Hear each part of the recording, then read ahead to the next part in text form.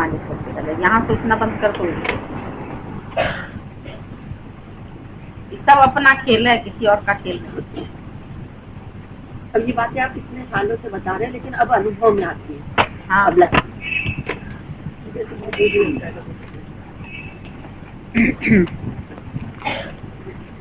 आज गीता के चौथे अध्याय का 35वां श्लोक है, पेज नंबर 83। जिसको जानकर फिर तू इस प्रकार मोह को नहीं प्राप्त होगा, तथा हे अर्जुन, जिस ज्ञान के द्वारा तू संपूर्ण भूतों को निशेष भाव से पहले अपने में और पीछे मुझ सच्चिदानंद घन परमात्मा में देखेगा। तत्वदर्शी गुरु के पास जाकर के इस ज्ञान को समझो और उनकी सेवा करके, कपट छोड़ के, कपट भी बड़ी बात है। कपट का मतलब दूसरा देखना नहीं, कपट मतलब अंदर एक बाहर से बड़ी सेवा दिखा रहे और अंदर में बदमाशी हो, कली या कुछ चाहिए, स्वार्थ, ये बदमाशी वाली कपट। और फिर होती होगी तभी तो लिखा है, देखो गीता में सरलता पूर्वक, सरलता बहुत चाहिए। प्रश्न एक होशियारी के लिए कोई प्रश्न करता है और एक सरलता से अपने उद्धार के लिए प्रश्न करता है। करने से परमात्म तत्व को भली भांति जानने वाले ज्ञानी महात्मा तुझे उस तत्व ज्ञान का उपदेश करेंगे। मतलब जब तू इतनी नम्रता भाव से, सेवा से, कपट छोड़ के सरलता से प्रश्न करेगा, तब वो तत्वदर्शी तुझे तत्व ज्ञान का उपदेश करेंगे। और उसके बाद उसको जान के, जो वो तत्व ज्ञान तुमको सुनाएंगे, जिसको उसको जान के फिर तू इस मोह को प्राप्त नहीं।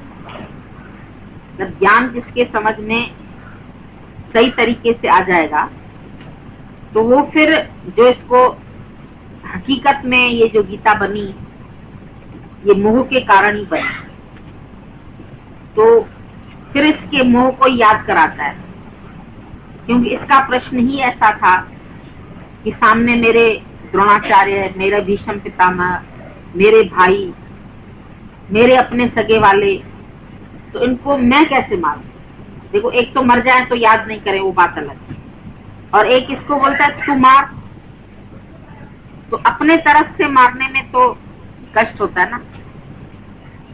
और वो भी उनको जो जिनसे वो सीख चुका है, टीचिंग्स ले चुका है, जिनकी गोद में खेल चुका है, जो इसके भाई है, कजिन ब्रदर्स है, अब उन्हीं सबको बोलता है मार, तो इसको मोह पैदा हुआ ना। वैसे तो इतनी लड़ाइयां लड़ी तब तो गांधी जी ने नहीं रखा, लेकिन जिस समय अपने वालों की लड़ाई सामने आई तो कहता है हिंसा परमो धर्म, अब मैं लड़ाई नहीं लड़ूंगा। तब ज्ञान की बातें, दलीलें, मन भी तुम लोगों का ऐसा होता है ना, फिर ज्ञान के, फिर सेवा कर रहे हैं, फिर अच्छा ठीक है, फिर पाठ अदा कर रहे हैं, फिर फलाना कर रहे हैं, मतलब अंदर से मार नहीं सकते ना उनको। जहाँ बैठे हैं वहां सबको मार के तुम भी मर जाओ, तो ऐसे कोई मरता नहीं, सब जीवित होके रहते हैं। और गुरु कहता है अपने अंदर से सबको मारो, उसमें तुम भी फिर मर जाओ, खत्म हो जाओ, तो मन उसके लिए तैयार नहीं होता है। ज्ञान वहां तक अच्छा लगता है कि सब में भगवान देखो, सबकी सेवा करो, सबको प्यार करो, घर में रह के ऐसे रहो, सब बात अच्छी लगती है। लेकिन उनके लिए तुम मर जाओ, तेरे लिए वो मर जाए, ये सुनना भी नहीं गवारा। अंदर वाला जो है ना, वो डरता है इस बात के लिए, इसको अंगीकार नहीं करना चाहता है, कबूल नहीं करना चाहता है। रुठाई रहन पर उज्जैन है, कितने भी तुम्हारे विरोधी होंगे ना, भाई होगा या बहन होगी, रोज लड़ाई होती होगी, आदमी से ही चाय होती होगी, लेकिन अंदर वाला फिर भी नहीं कहेगा कि वो न रहे। ऐसा ये मन का स्वभाव है मोह का। बीमार होगा, सेवा करनी पड़ती होगी, शरीर से लाचार होंगे, तो भी कहेंगे है तो दिन भर बिजी तो हूँ इसी के काम में। कई ऐसे वृद्ध होते हैं, हम उनसे पूछते हैं, कहते कोई बात नहीं है तो सही। तो ये ममता ऐसी चीज है जो बोलता है अब ये जब आत्मज्ञान जान लोगे तो उसके बाद तुम मोह को प्राप्त होंगे। उसका उत्तर दे रहा है इसमें कि जब तत्वदर्शी गुरु के पास नम्रता भाव से दंडवत करके ये ज्ञान लोगे तब उसके बाद तुमको मोह प्राप्त नहीं होगा। और हे अर्जुन, जिस ज्ञान के द्वारा तू संपूर्ण भूतों को पहले अपने में और पीछे मुझ सच्चिदानंद में देखेगा, मतलब सब तेरे में समाये पड़े हैं। जब तू अपने को ब्रह्म जानेगा तो सब भूत प्राणी तेरे में लीन हो गए ना, उनको भी आत्मा करके जानेगा। जैसे दादा से कोई कहता था, दादा मेरे को पत्ते पत्ते में भगवान नहीं दिखाई देता। दादा बोलते थे अपने में दिखता है। इसमें तो तब देखो जब पहले अपने अंदर एनालिसिस करो ना। जब पिंड में देखो तो ब्रह्मांड में देखो, जब पिंड में ही नहीं देख रहे तो ब्रह्मांड में क्या देख रहे? और जब अपने को आत्मा जानोगे तो सब भूत भी तुम्हारे अंदर लय हो जाएंगे ना, तू ही रह जाएगा एक ब्रह्म स्वरूप। अभी समझो तुम स्वप्न देख रहे हो, स्वप्न में तुमने बहुत बड़ी सृष्टि देखी, भाई देखा, बहन देखा, शादी देखी, ब्याह देखा, काम देखा, सब कुछ तुमने देखा। लेकिन अचानक आंख खुली तो क्या देखा? केवल अपने को देखा ना। और सब जो सृष्टि थी वो तेरे अंदर लय हो गई ना, गुम हो गई। तो ज्ञानी के अंदर भी जब तुम जग गए तो सब तेरे में लय हो जाएंगे। पर ये आत्म जागृति चाहिए। वो जागना तो तुम्हारा रोज होता है, वो जागरण तुम्हारा रोज होता है, वो नींद तुम्हारी रोज होती है। लेकिन ये जो जागना है, मानव जाग, जो यहाँ जागना है वो है आत्म जागरण। वहां तो तू सूर्योदय से जागता है, सूर्यास्त से सोता है। सुबह सूर्योदय हुआ, तुम जग गए, फिर सो गए, फिर जग गए, फिर सो गए। लेकिन अगर यहाँ तुम संपूर्ण तरीके से जग जाओगे, मतलब अपने को ब्रह्म रूप जानोगे, तो सब में तुम ब्रह्म करके देखो। सारी सृष्टि ब्रह्म ही ब्रह्म हर जगह है, तुम्हें अनुभव होगा। फिर बोला भगवान में भी पूरी तरह से श्रद्धा तब बनती।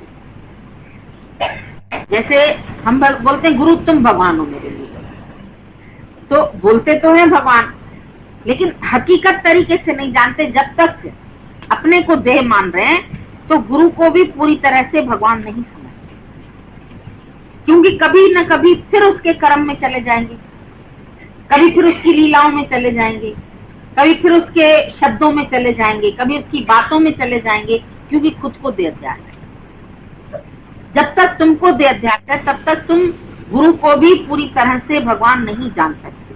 तब बोलता है पहले अपने में, फिर तू अच्छी तरह से मेरे में भी देखेगा। आगे चल के एक जगह बोलेगा कि अब मेरे को तुम मिल गए, मेरा काम खत्म, काफी हो गया। बोलता नहीं, काम खत्म नहीं है, अपने में पहले जानना तुम्हें। यहाँ मुझे भी भगवान जान लिया, बोल दिया। अब आप ये सोचो जितने यहाँ आते हैं सबने एक रवाज बना लिया भगवान बोलना, समझते शायद इस सत्संग में भगवान जी कहा जाता है, एक लेबल लगा दिया है।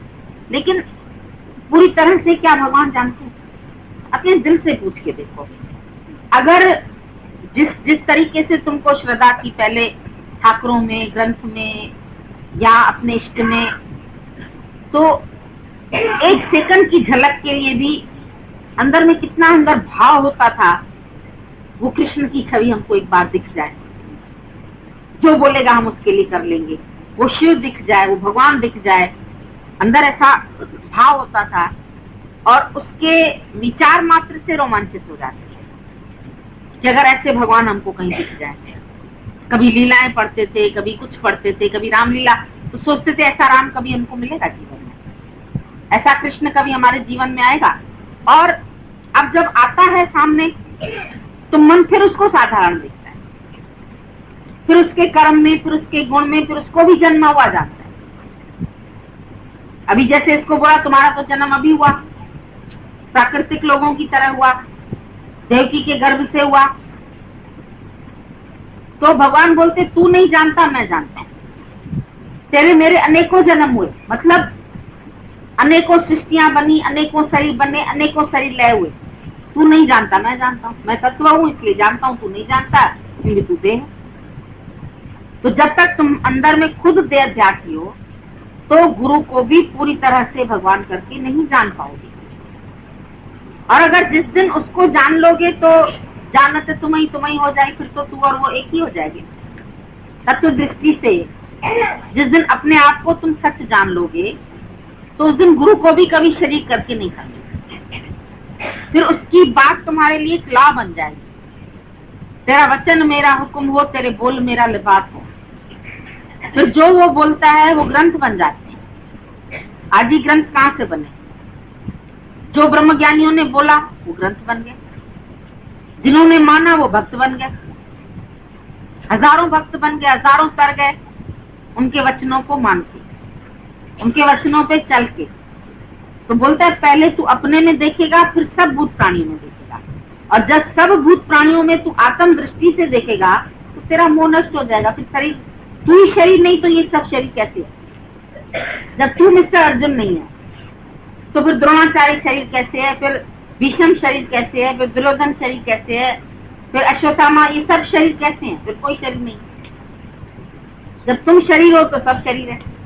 और जब तुम अपने ही शरीर को मिथ्या भाव से देखते हो, जैसे स्वप्न से जगने पर स्वप्न की सृष्टि तुमको मिथ्या भासती है, केवल तेरी स्मृति में थोड़ा भ्रम सा रहता है, ये देखा ये देखा ये देखा, और फिर भूल भी जाते हो।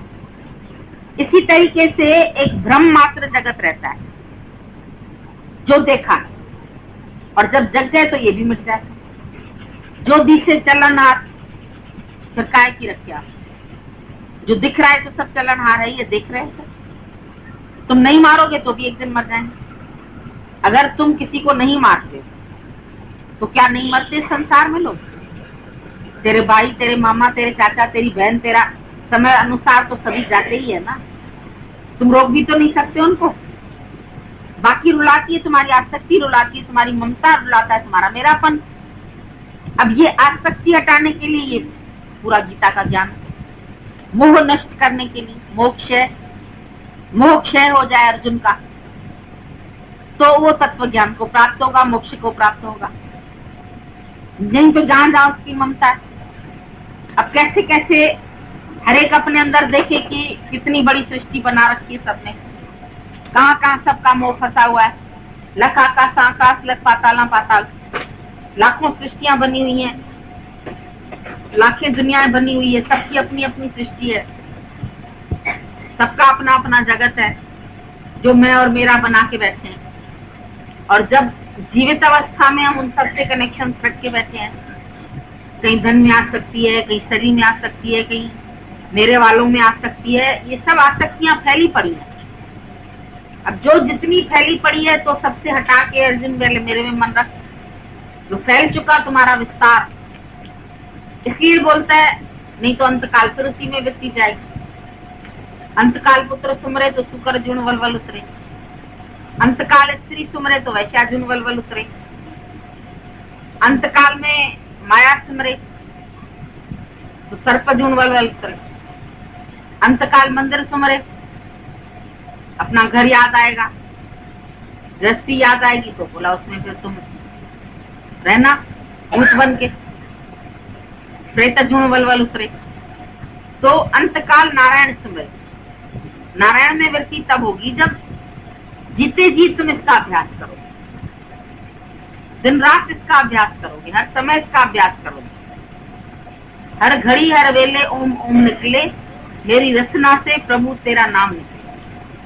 हर घड़ी हर वेले अपने अंदर को देखो, तुम्हारे अंदर चिंतन किसका चलता है, तुम्हारा व्यवहार कैसा है। सचमुच अंदर से सबको मार के बैठे हो, ना हम किसके, न कोई मेरा, मैं भी नहीं हूँ मेरा भी नहीं है।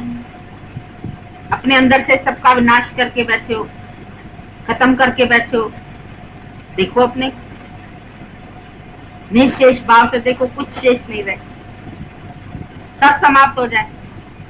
एक भी इच्छा शेष रहेगी तो वो जन्म मरण के चक्कर में लाएगी, तो सब इच्छाओं का खात्मा हो जाए, प्रेम में गुम हो जाओ।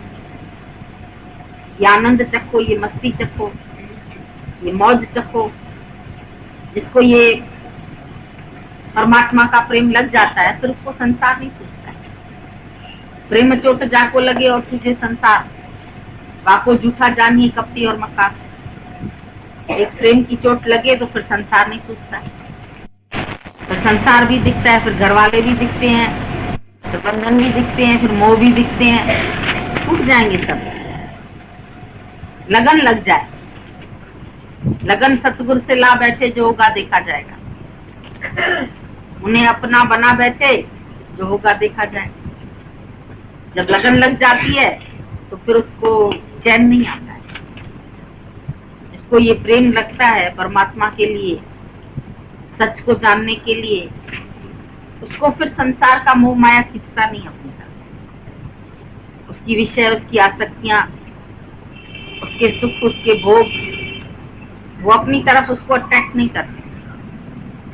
वो माया रहित हो जाता है, विकार रहित हो जाता है, इच्छा रहित हो जाता है, सब जल जाता है उसके अंदर। ऐसी आग लगती है, गोपियों को विरह की अग्नि में सब जल गया, खाली एक भगवान रह गया बस। खुद भी जल गई, खुद भी नहीं बचते। तो श्याम तुम होगे क्षमा, काफूर हो जाऊंगा मैं। बोलते श्याम तुम होगे क्षमा, जब श्याम क्षमा हो गया तो काफूर हो जाऊंगा। काफूर क्यों बोला? और चीज जलती है तो राख बचती है, लेकिन काफूर जलता है तो राख भी नहीं बचती है। बचे ना उसकी राख, जरा भी राख नहीं बचे। श्याम तुम होगे क्षमा, काफूर हो जाऊं, जल जाऊं, मेरा सब जल जाए। मैं अगर मांगू तो मांगू तुम न कुछ देना मुझे, वरना प्रेमी नहीं मजदूर हो जाऊंगा।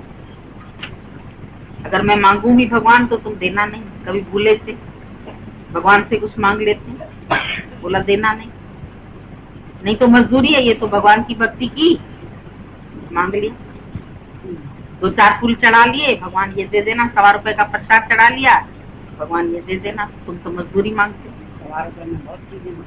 एक भक्ति करके कितनी चीजें मांग लेते, बहुत चाहिए तुमको। भगवान की भक्ति भी कोई यश के लिए करता है, कोई कीर्ति के लिए करता है, कोई स्वार्थ के लिए करता है, लेकिन गुम होने के लिए नहीं करता है। तुम देखते हो बड़े बड़े ये सब भक्त लोग दिखाई देते हैं टीका लगा के, लेकिन अंदर क्या है? बोला ना, कपट रहित, छल रहित, निष्कपट भाव से सेवा करो। अंदर में कुछ चाह रख के भगवान की सेवा की कि हमको कुछ चाहिए, कुछ मांग है हमारी, तो सेवा सच्ची थोड़ी होगी। उस सेवा में तुम्हें अंदर की आसक्तियां थोड़ी छूटेंगी, विकार थोड़ी छूटेंगे। तो सेवा करने में भी अहंकार आता है, मैंने इतनी सेवा की। ये नहीं शुक्र मनाते हैं कि शुक्र है सेवा का मौका मिला,